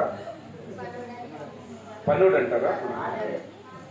సరే, పరలోకంలో ఆ గార్డెన్లో, ఆ పొలంలో పనిచేసే పనుడు ఉంటాడు కదా, ఆ పదవి కావాలా? లేదా 100 ఎకరాలు, 1000 ఎకరాలు, లక్షల ఎకరాలు భూస్వామి పదవి కావాలా? ఏం కావాలి? భూస్వామి పదవి. Very good. ఊరికినే వచ్చిందా? మరి ఈ లేఖను ఫుల్ఫిల్ చేయాలిగా. వీళ్ళరా, ఈ భూలోకంలో మనం సంపాదించుకునే ఆస్తులు, ఐశ్వర్యాలు, సంపదలు, ఇవన్నీ ఎంత సంపాదించినా అవేవి మనతో పరలోకానికి రావు. కానీ దేవుని నిమిత్తం, సువార్త నిమిత్తం నువ్వేదైతే పెట్టుబడికి ఇక్కడ పెడుతున్నావో 100 times నువ్వు అక్కడికి వెళ్ళంగా నీ కోసం రెడీ అవుతాయి. దేవుడు ఇచ్చేస్తాడు. ఆయన మాట తప్పేవాడా? మా జగన్ గారు అంటారు, మాట తప్పను మరి. మానవుడే అంత నిబద్ధతగా ఉంటే ఆయన విశ్వచక్రవర్తి, శ్రీమంతుడు, మాట తప్పుతాడా? సరే, భూలోకంలో మనం ధనవంతులుగా ఉండటానికి ఇష్టపడాలా, నిత్యత్వంలో ధనవంతులుగా ఉండటానికి ఇష్టపడాలా? మరి నిత్యత్వంలో ధనవంతులుగా ఉండాలంటే భూమి మీద మనం ఏం చేయాలి? అసలు జెంట్స్ సంపాదన తాగా నోరు మెదపట్లేదు. ఇక్కడికి వచ్చేటప్పటికి వాళ్ళేగా సంపాదించి మీకు ఇచ్చేది. అసలు వాడు వాయిస్ రావట్లా, మీరన్నా మాట్లాడుతున్నారు. కానీ పిల్లరా, దుష్టుడికి యుగయుగాలు జీవించి ఆ లోకంలో మనం ఐశ్వర్యవంతులుగా ఉండుట వాడికి ఇష్టము లేదు. సాధారణంగా నరకానికి తీసుకెళ్ళటానికే ప్రయత్నం చేస్తాడు. అది తప్పించుకున్నప్పుడు పరలోకానికి వెళ్ళాల్సి వస్తే సరే ఎల్లు, కానీ నువ్వు అక్కడ ఐశ్వర్యవంతుడుగా ఉండొద్దు, గొప్పవాడిగా అక్కడ ఉండొద్దు. అని ఎక్కడికెక్కడ వాడు మనకి బంధకాలు వేస్తూ ఉంటాడు. ఈ వాక్యాన్ని విన్నటువంటి మీరందరూ నేటి నుంచి ఒక తీర్మానంలోకి రావాలి. ఏ తీర్మానంలోకి రావాలి చెప్పండి? ఏ తీర్మానంలోకి రావాలి మనం?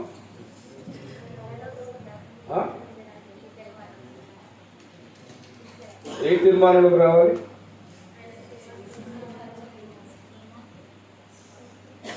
పరలోకములో నేను ఆస్తులను ఐశ్వర్యాలను ఈ భూలోకంలో ఉన్నప్పుడే సంపాదించుకోవాలి. ప్రియులారా,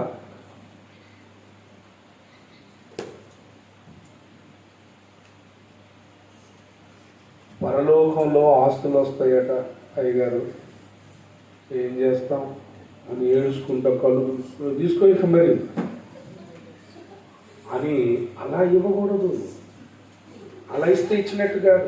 మరి ఎలా ఇవ్వాలి, ఏం చేయాలి? ఒక వచనం వెలుగు తీసుకుని వస్తాను చూడండి. అపోస్తుడైన పౌలు హెబ్రీయులకు రాసినటువంటి పత్రిక 10వ అధ్యాయము 34వ వచనము మీరు చదవండి. ఎలాగనగా మీరు ఖైదీలో ఉన్న వారిని కరుణించి మీకు మరి శ్రేష్టమైనది స్థిరమైనదియునైన స్వాస్థ్యమున్నదని ఎరిగి మీ ఆస్తి కోల్పోవుటకు ఎంతో దుఃఖముతో ఒప్పుకుంటుంది అనుందా? ఇదేంటండి ఆస్తి కోల్పోవడం సంతోషం ఏంటి అంటే వీళ్ళకి కన్నులు తెరవబడ్డాయి, అంటే వీళ్ళకి ప్రత్యక్షతలు కలిగాయి. ఈ లోకంలో ఎన్ని కోట్లు, ఎన్ని భూములు, ఎంత బంగారము, ఎన్ని ఆస్తులు సంపాదించుకున్నా ఒక దినాన్ని ఇవన్నీ ఇక్కడ విడిచిపెట్టి, కానీ తెలివైన పని ఏంటంటే దేవుని నిమిత్తం, స్వార్థ నిమిత్తం వీటిని గనక దేవునికి మనం సమర్పిస్తే దానికి 100 రెట్లు పరలోకములో డిపాజిట్ అయిపోతుంది. దాన్ని దొంగలు దోచుకోలేరు, అది తుప్పు పట్టదు. ఒక్కసారి ఒక ఆస్తి మన దగ్గరికి వచ్చింది అంటే యుగ యుగాలు దాన్ని ఎంజాయ్ చేస్తుంటాం మనం. ఇలా పరలోకంలో కూడా వ్యాపారాలు ఉంటాయని మనకి యెహెజ్కేలు గ్రంథము 28వ అధ్యాయంలో మనకు ఆ యొక్క సాతాను గురించి చెప్పినప్పుడు యేసు ప్రభు వారు ఆ దేవుడు ఆ ప్రస్తావన చేశాడు. చూడండి, యెహెజ్కేలు గ్రంథము 28వ అధ్యాయములో 16వ వచనాన్ని మనం చదువుదాం. అయితే నీకు కలిగిన విస్తారమైన వర్తకము చేత, అంటే వీడికి ఏముందన్నమాట? వ్యాపారం ఉన్నది. అంటే పరలోకంలో ఏముంటుందన్నమాట?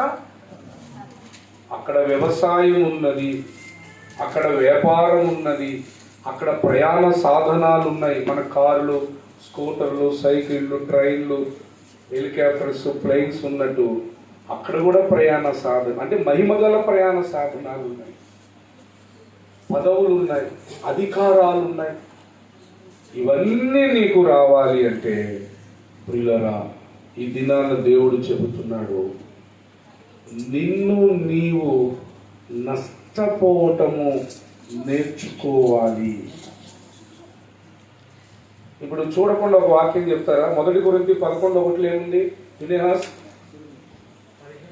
11:1 1 కొరింథీ ఎవరైనా చెప్పొచ్చు. మొదటి తీర్వాకండి బైబిల్ చూస్తే ఏముంది? కొరింథీయులకు రాసిన మొదటి పత్రిక 11వ అధ్యాయం 1వ వచనం. చూసినోళ్ళు చెప్పండి, చూసావు నువ్వు బైబిల్ చూస్తుంది మన సోదరి. ఓకే, నేను క్రీస్తును పోలి నడుచుకున్నచున్న ప్రకారము మీరు నన్ను పోలి, అంటే పౌలుకి ఎవరి పోలికి వచ్చింది? అచ్చం యేసయ్య. ఇక పౌలు అంటే అది ఎట్లాగొచ్చింది? ఇప్పుడు చదవండి, ఫిలిప్పీ 3:7 చదవండి. ఫిలిప్పీలకు రాసిన పత్రిక 3వ అధ్యాయం 7వ వచనం తొందరగా. ఆయనను ఏవేవి నాకు లాభకరములై ఉన్నవో వాటిని క్రీస్తు నిమిత్తము బా మనమేమనుకుంటాం, అంత వెరిమాలోకం లాగున్నాడు, అంత నష్టపరుచుకుంటున్నాడు. కానీ పౌలుకు కలిగిన ప్రత్యక్షత ఏంటి? ఇప్పుడు నాకు కలిగినవన్నీ నేను నష్టపరుచుకుంటుంటే నా ఆస్తులు అక్కడ ఏమవుతున్నాయి? నూరింతలుగా మల్టిప్లై అవుతున్నాయి. కాబట్టి పరలోకంలో మీరు ఐశ్వర్యవంతులు, భూస్వాములు, వ్యాపారవేత్తలు, గొప్ప గొప్ప వారుగా మీరు ఉండాలి అంటే ఇప్పుడు ఏం చేయాలి? మీరు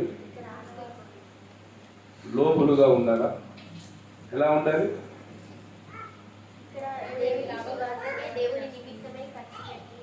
మన శక్తి కలిగిన కొలది దేవుని పని నిమిత్తం వెదజల్లే పనిలో ఉండాలి.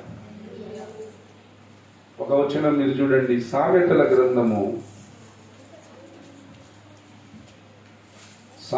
గ్రంథంలోకి మనం వస్తే 11:24 చదవండి. వెదజల్లి అభివృద్ధి పొందువారు కలరు, తగిన దానికన్నా తక్కువ ఇచ్చి. అంటే నువ్వు దేవుని నిమిత్తం, సువార్త నిమిత్తము డబ్బులను నీ కలిగిన వాటిని వెదజల్లుతూ ఉంటే నువ్వు అభివృద్ధి భూలోకంలో పొందుతుంటావు, నిత్యత్వంలో నీ ఆస్తులు పెరుగుతుంటాయి, ఈ భూమి మీద ఏమో దేవుని పని జరుగుతుంది. మూడు వైపులా కూడా అద్భుతమైన ఆశీర్వాదాలు. నీకు ఆశీర్వాదం ఇక్కడ, పరలోకంలో ఆశీర్వాదం, ఇక్కడ దేవుని పని బ్రహ్మాండంగా జరుగుతుంది. అలా కాకుండా బిగబట్టావనుకో, అదంతా ప్రభుదాస్ గారి పని, ఆయన చూసుకుంటాడులే. ఎవరి పని? అయ్యగారి పని అయ్యగారు చూసుకుంటాడులే.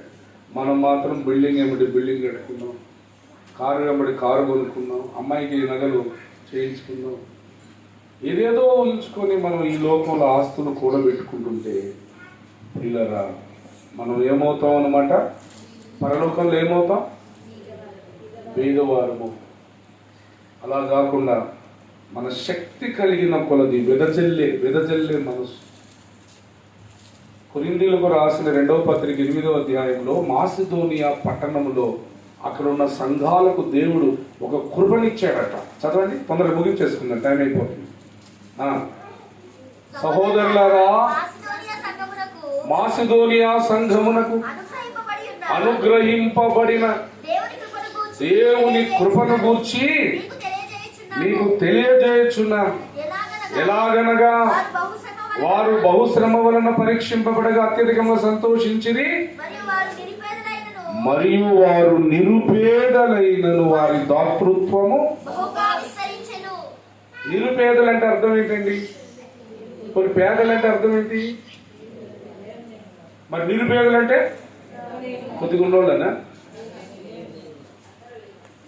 ఆ రోజు బియ్యం తెచ్చుకోవాలా, పొయ్యి ఎలగాల. అలాంటి నిరుపేదలకు ఏమున్నదట? డాక్టర్తో అటిచ్చేయటం. అయ్యారు తీసుకో. మాసిదోనియా పట్టణములలో నాటి సంఘముల వారు పొందుకున్న కృప ఈ తరములో మనం కూడా పొందుకోవాలి. హల్లెలూయా. అలాంటి కృప ఎవరు పొందుకుంటారో వాళ్ళు మాత్రమే వెదజల్లగలుగుతారు. ఈ కృప పొందలేని వాళ్ళు దిగబడుతుంటారు, మాకు సంబంధం లేదన్నట్టుంటారు, నిత్యత్వంలో బీదవారు అయిపోతారు. అందుకనే కొలసీలకు రాసిన పత్రిక 3వ అధ్యాయం 1వ వచనం నుండి కిందకు మనము చదివితే, మీరు క్రీస్తుతో కూడా లేపబడిన వారైతే మనం ఎక్కడ వాటిని వెతకాలి? అక్కడ ఆస్తులు, అక్కడ బంగ్లాలు. ఏమండి, దేవుడు మనకు ఒక ఇల్లు, మహారాజుల కోటలు ఉంటాయి కదా, ఆ విధంగా కడుతున్నాడు. మనకి చాలా మందికి చాలా ఇల్లులు ఉంటాయి. ఒకడు భూలోకంలో ఒక ఇల్లు దేవుడికి ఇచ్చాడు, అతనికి ఎన్ని ఇల్లు ఉంటాయి అక్కడ? 100 ఇల్లులు కదా.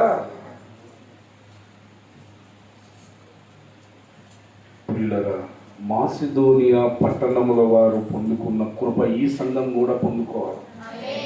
అట్టి కృపను పొందుకోని వారు మా సంఘములో ఒక్కరంటే ఒక్కరు లేరండి అనే సాక్ష్యము ఈ సంఘానికి దేవుడు ఇవ్వాలి.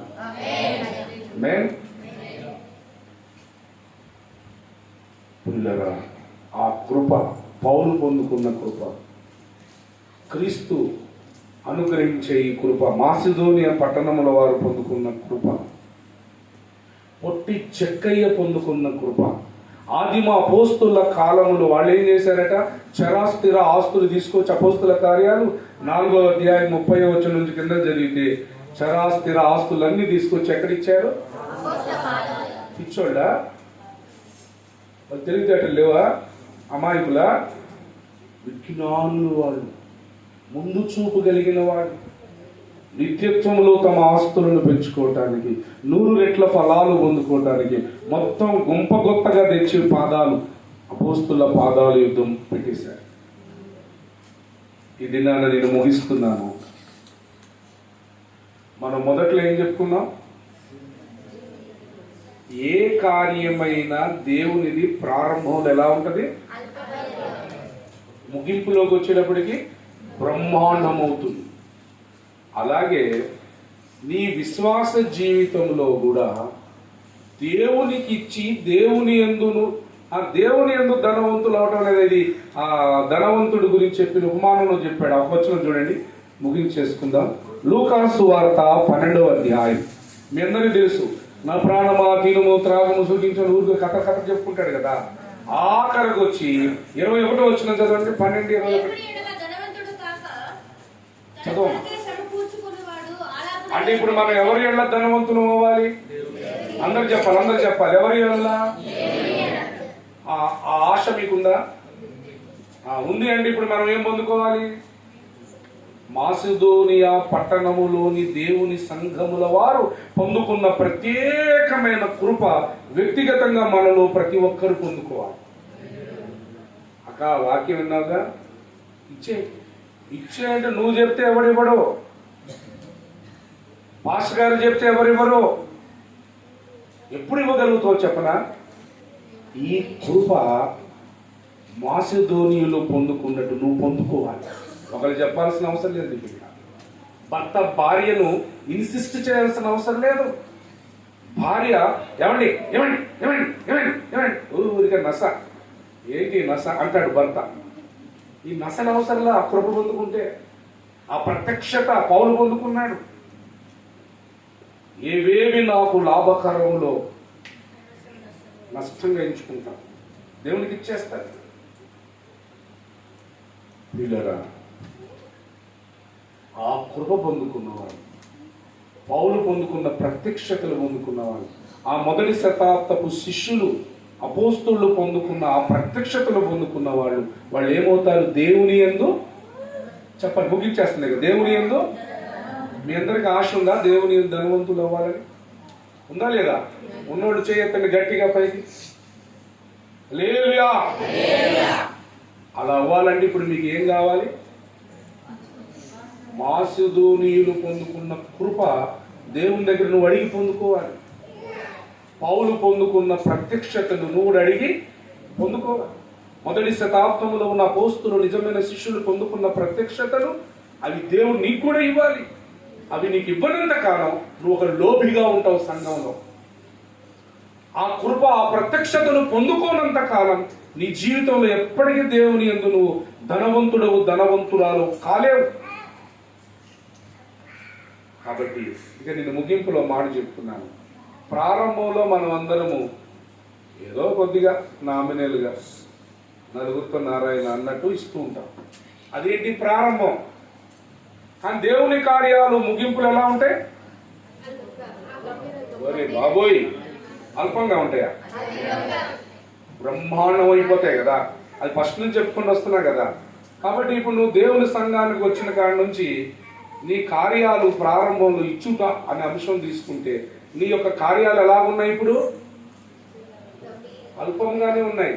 కానీ ఇది ఎక్కడికి వెళ్ళాలి? చెప్పాలి. ఎక్కడికి వెళ్ళాలి? బ్రహ్మాండమైపోవాలి, గంభీరమైపోవాలి. అలా అయిన రోజు నువ్వు గొప్ప భాగ్యవంతుడు అయిపోతావు, ఐశ్వర్యవంతుడు అయిపోతావు, ధనవంతుడు అయిపోతావు. పిల్లరా, అట్టి భాగ్యము దేవుడు మీ అందరికీ సమృద్ధిగా అనుగ్రహించి. ఆఖరికి మనం చదివిన మూలవాక్యంలోకి వద్దాం. ఇక చదివి ముగించేసుకున్నాం. కొరింథీయులకు రాసిన మొదటి పత్రిక 15వ అధ్యాయంలో నేను చదువుతున్నాను చూడండి, 39 నుంచి. మనుష్య మాంసము వేరు, మృగ మాంసము వేరు, పక్షి మాంసము వేరు, చేప మాంసము వేరు, మరియు ఆకాశ వస్తు రూపములు కలవు, భూవస్తు రూపములు కలవు. ఆకాశ వస్తు రూపముల మహిమ వేరు, భూవస్తు రూపముల మహిమ వేరు. సూర్యుని మహిమ వేరు, చంద్రుని మహిమ వేరు, నక్షత్రముల మహిమ వేరు. మహిమను బట్టి ఒక నక్షత్రమునకు మరి ఒక నక్షత్రమునకు, దానియేలు 12:3లో విశ్వాసులకు, సువార్త చెప్పే విశ్వాసులకు దేవుడు బిరుదు ఏమని ఇచ్చాడు? 12:3లో నీతి మార్గమును అనుసరించున్నట్లు. బుద్ధిమంతులైతే ఆ. ఆకాశమండలములో తోలిన వారే ప్రకాశించెదరు. ఆ. నీతి మార్గమును అనుసరించి నడుచుకొనున్నట్లు ఎవరు అనేకులను తిప్పుదురో వారు నక్షత్రముల వలె నిరంతరం. అంటే మనకు దేవుడు ఏ బిరుదం ఇచ్చాడనమాట?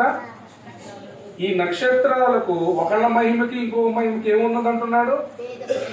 ఎట్లా వచ్చింది ఈ భేదం?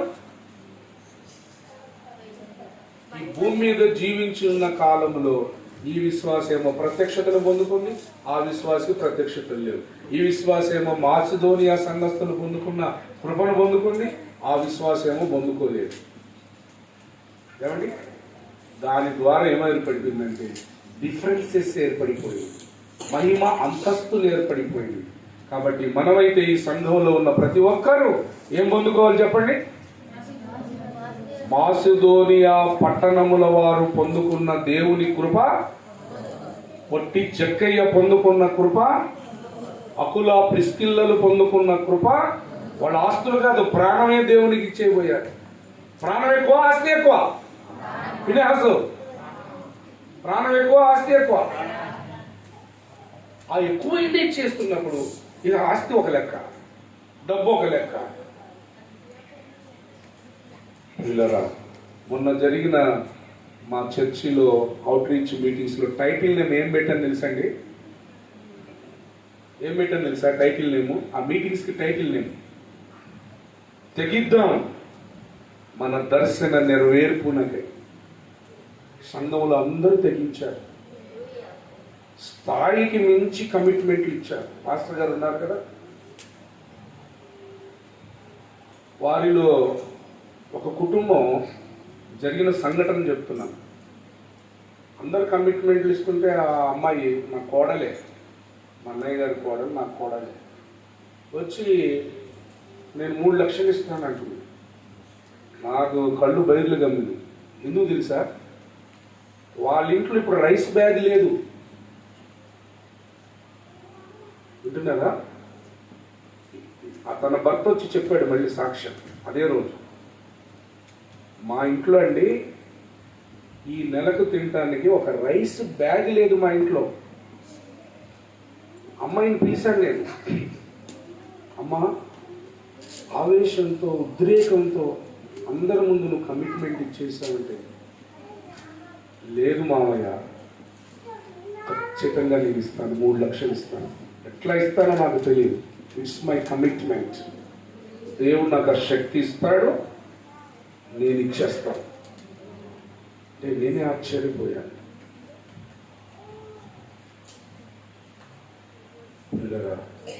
ఇక ఒక్కొక్కరిది ఒక్కొక్క అద్భుతమైన సాక్ష్యం. ఏ ఒక్కరు తమ స్థాయికి మించి, స్థాయికి తగినట్టు కమిట్మెంట్స్ ఇవ్వలేదు. ఒక అబ్బాయి అయితే నెలకి 18,000 వస్తాయట, ఇది కార్ డ్రైవింగ్కి. తనే కమిట్మెంట్ ఇచ్చాడంటే, నేను నా నెలన్నర జీతం ఇస్తాను. ఏమండి, నా జీతం వస్తే అన్ని కట్టుబడులు పోను 150 రూపాయలు మిగులుతాయట. అబ్బాయి చెప్పిన సాక్ష్యం లైవ్లో కూడా ఉంది, బ్రదర్స్ గారు మీకు పెడతారు వినండి. నాకు 150 రూపాయలు మిగులుతాయి. ఇంటద్దే, పాలకి, బియ్యానికి, ఈఎంఐలకి, వడ్డీ అన్నీ కట్టగా 150 రూపాయలు మిగులుతాయి నాకు. అయినా ఇప్పుడు అయ్యగారు వాక్యం చెప్పారు కదా,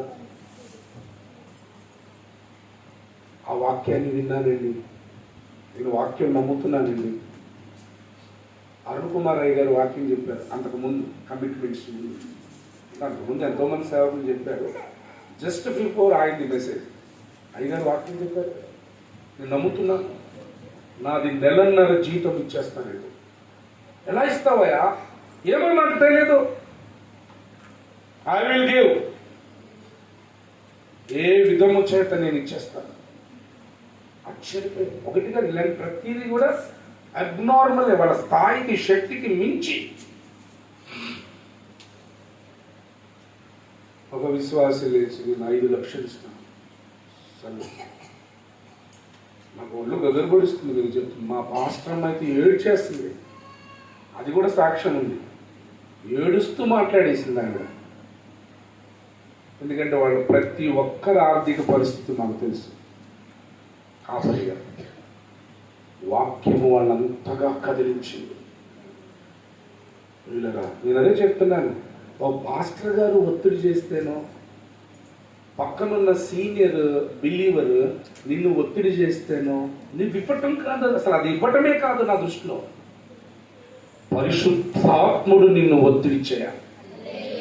దేవుని క్రియ నీలో జరగాలి. అది వాక్యము ద్వారా జరుగుతుంది. అది నిన్ను మండిస్తుంది. అసలు నిజంగా అప్పుడు నాకు అనిపించింది, తెగిద్దాం మన దర్శన నెరవేర్పునకై అని టైటిల్కి నేను కాదు పెట్టింది, నా చేత పరిశుద్ధాత్మ దేవుడు ఈ టైటిల్ పెట్టించాడు. నాకు సాక్ష్యం చేశారు. వీళ్ళరా, ఈ సంఘము కూడా ఆ వైపుగా అడుగులు వేయాలి. మిగతా సంఘాలకు ఈ సంఘం ఒక రోల్ మోడల్గా ఉండాలి, ఒక ఎగ్జాంపులర్గా ఉండాలి. రాజేంద్ర నగర్లో ఉన్న అగాపే సంఘము చాలా ఘనమైన సంఘం. పేదలే, నిరుపేదలే, మధ్యతరగతి వారే, కానీ వాళ్ళ తీర్మానాలు, వారి ప్రతిస్పందనలు అద్భుతం, అమోఘం అని పరలోకపు దేవదూతలు తొంగి చూడాలి. ఈ సంఘాన్ని చీకటి శక్తులు, దురాత్మలు అదురుగు చావాలి. ఓరే బాబోయ్, వీళ్ళు చాలా ఎరిగిపోయారుగా. కాబట్టి మనం ముందడుగు వేద్దాం.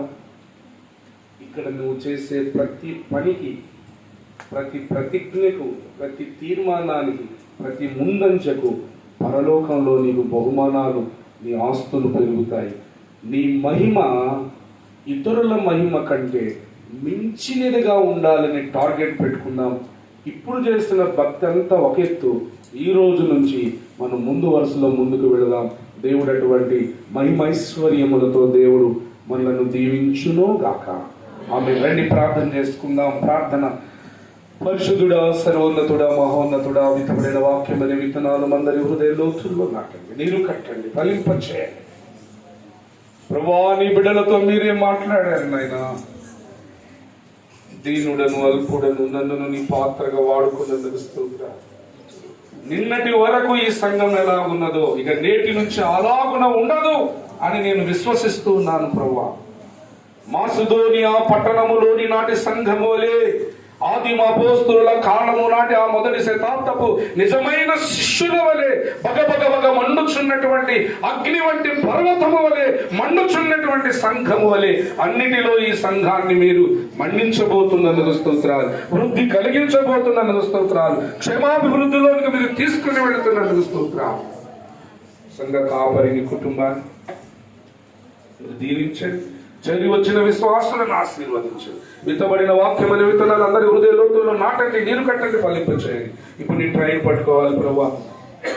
వాతావరణాన్ని, వాహనాలను, ఆరోగ్యాన్ని అయా సమస్తమును అనుకూలపరచునని స్టేషన్ ఎదురు చేర్చి ట్రైన్కి క్షేమకరంగా నాయన సంఘము దగ్గరికి కుటుంబం చేర్చండి. నీ పనిలో నిరంతరము పనిచేసే ధన్యత దయచేయండి. అడిగిన విషయాలన్నీ పొందుకొని ఉన్నామని విశ్వసిస్తూ స్తుతిస్తూ తండ్రి, కుమార, పరిశుద్ధాత్మ త్రియక నామమైన యేసు నామములో విశ్వసిస్తూ స్తుతిస్తూ ప్రార్థిస్తున్నాను తండ్రి, ఆమేన్. అందరికి వందనాలండి. నా గురించి, నా కుటుంబ కొరకు, నా సేవ కొరకు కూడా ప్రార్థనలో దయచేసి మా కొరకు ప్రార్థించండి. అయ్యగారు ప్రభుదాస్ గారికి, పాస్టర్ గారికి, కుటుంబ సభ్యులకు, సంఘస్థులందరికీ, ప్రభు పాస్టర్ గారికి అందరికీ హృదయపూర్వక వందనాలు. థ్యాంక్ యూ అనండి.